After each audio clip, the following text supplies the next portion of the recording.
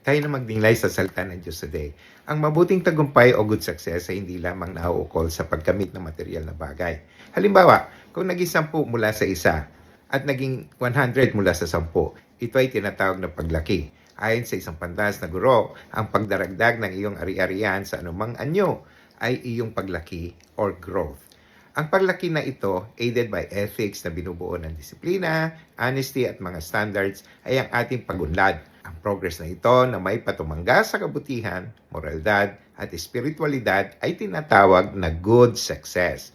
Joshua chapter 1 and verse 8 says, "This book of the law shall not depart out of thy mouth, but thou shalt meditate therein day and night." Sundin natin ito ng buong buo nang tayo ay sumagana at magkaroon ng good success.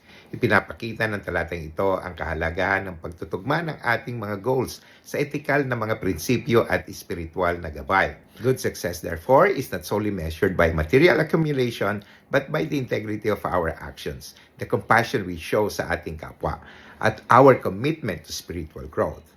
Amen po ba? Salamat sa pagsama nyo sa akin today. Praise the Lord.